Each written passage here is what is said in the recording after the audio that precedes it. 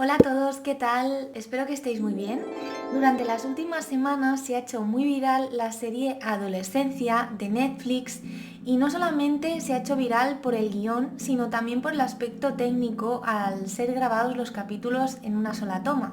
Al hacerse tan viral ya existen varios vídeos hablando sobre ella y la verdad es que todos están muy bien, pero me apetecía aportar mi visión sobre el aspecto psicológico que hay detrás de esta serie. Al verla impacta mucho ver que es un caso de un adolescente de 13 años que ya está siendo acusado de asesinato de una alumna de su mismo centro escolar.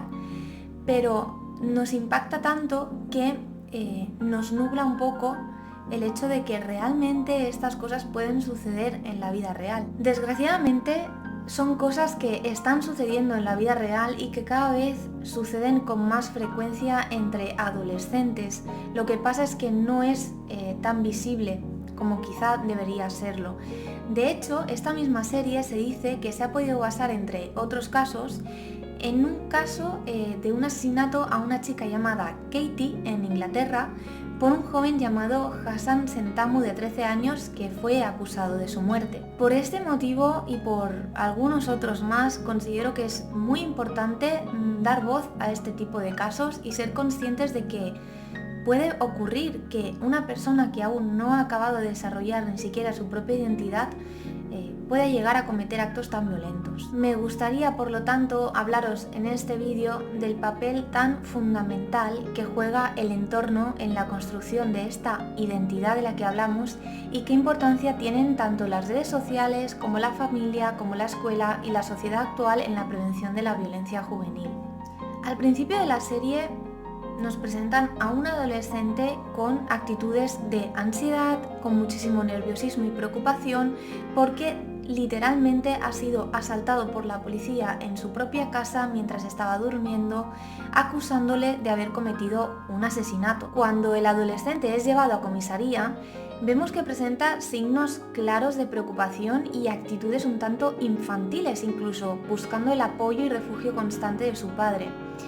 Y aquí, dato importante, ya vemos cómo su imagen de protección está más vinculada a su padre que a su madre o a su hermana, algo que acabará siendo relevante de cara a los siguientes capítulos. Poco a poco y conforme van desarrollándose los capítulos, veremos cómo esta primera imagen que tenemos del protagonista, de un ser sumiso, vulnerable, inocente y que quizá incluso se ha cometido algún error y no es él el culpable de este crimen, poco a poco vamos a ir empezando a pensar de otra manera de este protagonista, viendo su lado más calculador y más violento.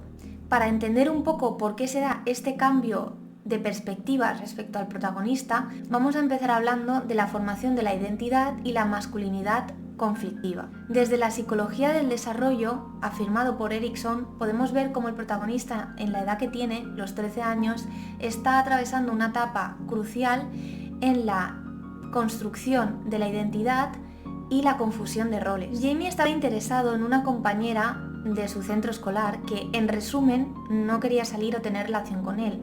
Esto lo que causa es una herida de rechazo que se ve potenciada debido a su percepción de la masculinidad, claramente influenciada por subculturas en línea como los incels, que promueven la idea del celibato involuntario, junto con ideas misóginas y bastante deshumanizantes. Esta afiliación virtual contribuye a su visión distorsionada de las relaciones y su sentido de identidad masculina, creándole emociones de frustración, ira y odio hacia el sexo opuesto.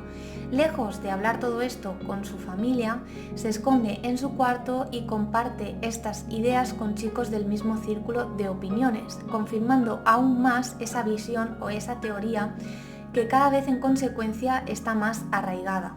Y todo esto nos va a llegar a un segundo punto muy importante de la serie, que es las influencias socioculturales y la radicalización en línea. La psicología social sugiere que la pertenencia a grupos que comparten creencias extremas puede fortalecer esas ideas y aumentar la probabilidad de comportamientos agresivos.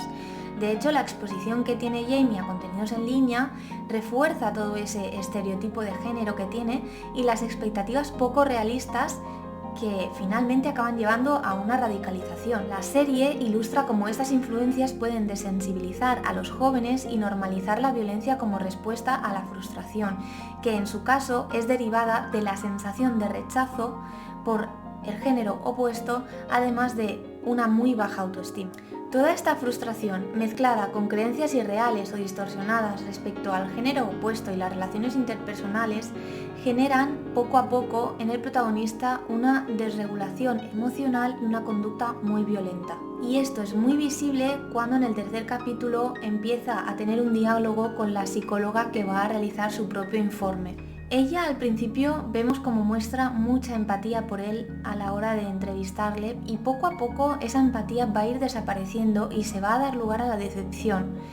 Esto va a ser a través de las conductas que el protagonista va a tener hacia ella bastante violentas en algunas ocasiones e impulsivas, cuando él mismo nota un rechazo por parte de la entrevistadora, que curiosamente es del género opuesto. Y es que cuando él no obtiene aquello que busca, que es la aprobación o valoración positiva constante, muestra su lado más violento y la entrevistadora poco a poco empieza a entender más cómo funciona su psique y por qué ha podido llegar a cometer ese crimen.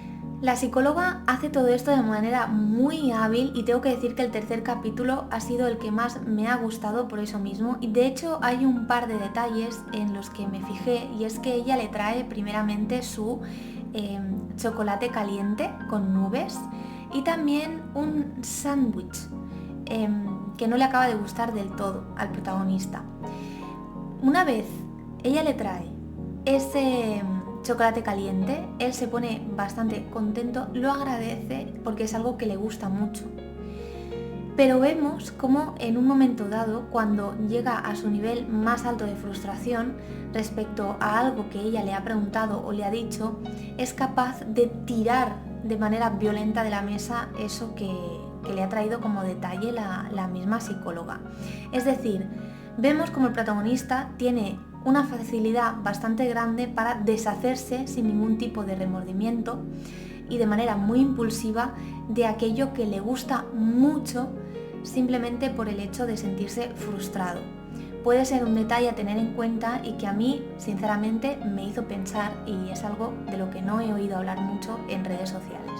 Después de este tercer capítulo y de la entrevista psicológica, ya podemos hablar un poquito más de lo que sería el tercer punto relevante de la serie, que es la desregulación emocional y conducta violenta del protagonista. La teoría de la regulación emocional destaca la importancia de habilidades para identificar y manejar emociones intensas, como lo serían la rabia y la frustración. La incapacidad de Jamie para regular sus emociones, especialmente la ira y la frustración, es evidente en su reacción extrema hacia la persona asesinada. La falta de estas habilidades en Jamie, combinada con unas creencias distorsionadas, conduce a la externalización de sus problemas y finalmente a cometer un acto de muchísima violencia. Algo importante también en la construcción de su identidad y su personalidad es que en el tercer capítulo se ve cómo hay un momento dado en el que el protagonista explica el acercamiento que tuvo con la chica que acaba asesinando para intentar quedar un día con ella, salir un día con ella, y cómo ésta lo rechaza, algo que acaba siendo el detonante para que él acabe cometiendo ese crimen. Él da a entender que como ella ha compartido una foto con alguien y que luego se ha hecho viral, con poca ropa, y a través de eso ha recibido bastante hate en redes, bastante acoso, ella estaba en una situación vulnerable y que por lo tanto eso significaba que él tendría más posibilidades de acceder a ella. Es decir, estamos viendo claramente cómo él está viendo a la persona no como una persona con sentimientos, sino como un objeto manejable, y que en ese momento en el que se siente vulnerable va a ser mucho más fácil atacar. Es decir, está asociando al individuo a ser una presa. Algo que me pareció también bastante curioso del tercer capítulo, y podemos ver un poquito más ese carácter de manipulación que estaba empezando a adquirir el protagonista. En la serie vemos, gracias a las cámaras de seguridad, cómo en el lugar de los hechos se puede confirmar que él ha sido el responsable y que además ha habido ensañamiento con la víctima, lo que demuestra ese sentimiento de ira contenida que se ha ido labrando con el tiempo sin que nadie lo supiera en su entorno familiar. Su padre le cree hasta ese momento en el que es inevitable ver las imágenes y es ahí cuando, aunque sintiendo decepción, le abraza y le consuela, mientras Jamie dice que él no ha sido el responsable. Y este es otro dato importantísimo, porque lejos de ver al padre enfadado, vemos a un padre que contiene su enfado, le abraza y lo que muestra es tristeza, pena. Pero no hay un marcar un límite. Simplemente se queda callado y le abraza como si le estuviese consolando. Y aquí es donde entraría el cuarto punto que me parece muy importante en esta serie, que es la dinámica familiar y la responsabilidad compartida. La psicóloga familiar enfatiza que las interacciones y el apoyo parental son fundamentales en el desarrollo moral y emocional de todo adolescente.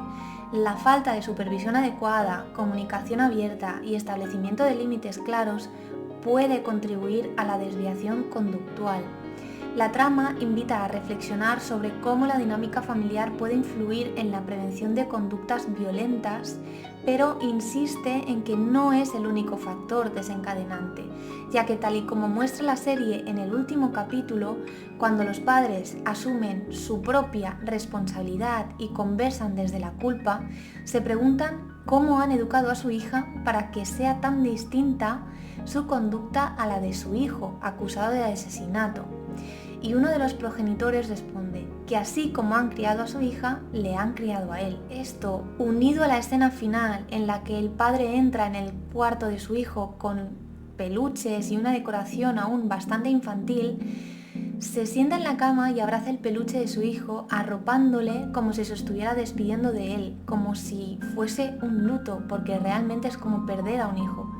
Nos da a entender que además de la responsabilidad parental debe existir una responsabilidad social y comunitaria a modo preventivo. Y aquí es cuando ya por último entramos en el quinto punto que para mí es súper fundamental en esta trama, en esta serie, que es la responsabilidad social y comunitaria. La psicología comunitaria sugiere que la sociedad, incluidas las instituciones educativas y los servicios de salud mental, tienen un papel en identificar señales de advertencia y proporcionar intervenciones tempranas a modo preventivo.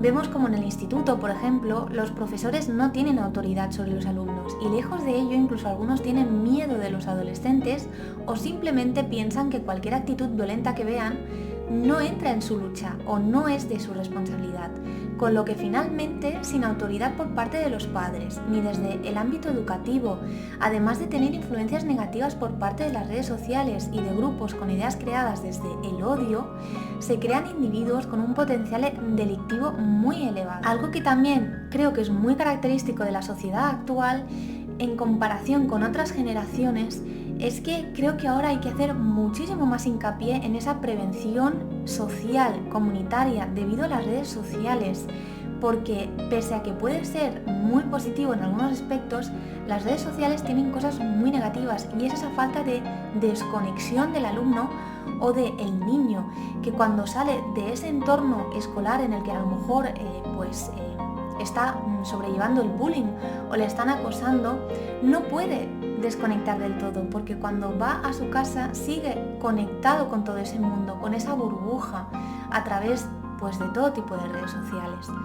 Antiguamente no era así, tú podías sufrir en el instituto, pero es verdad que cuando salías de ahí, tú estabas en tu hogar y sentías que estabas en un sitio seguro, cosa que hoy en día la gente joven no tiene de la misma manera. Por eso es tan importante hacer hincapié en el uso adecuado de las redes sociales. La trama subraya la necesidad de un enfoque integral que incluya educación en valores, habilidades sociales y apoyo psicológico para abordar las raíces de la violencia juvenil. En conclusión, y después de ver el capítulo final y llorar muchísimo, creo que es una serie muy recomendable, no solamente para padres, sino para cualquier persona. Creo que está muy bien hecha, muy bien pensada, muy bien elaborada desde el punto de vista psicológico y social. Y de verdad, es muy importante dar voz a este tipo de casos que cada vez son más notorios, aunque no sean del todo visibles en muchas ocasiones. Y nada más, espero que os haya gustado, que la veáis, que me digáis qué os parece en la cajita de comentarios. Si hay algún punto desde la perspectiva psicológica que queráis comentar y que yo no haya comentado en el vídeo, la verdad es que podría haberme extendido aún más con muchos detalles, pero quería que el vídeo fuese más práctico. Así que nada, espero que os haya gustado mucho. Y por cierto, que se me olvidaba, daros las gracias a todos los que os habéis suscrito nuevos y los que seguís ahí apoyando el canal. Ya he llegado a los 1000 suscriptores, estoy súper contenta. De verdad, muchísimas gracias, me hace muy feliz. Yo no pensé nunca llegar a 1000 suscriptores cuando abrí este canal. Así que nada, ahora sí, nos vemos en el siguiente vídeo. Chao.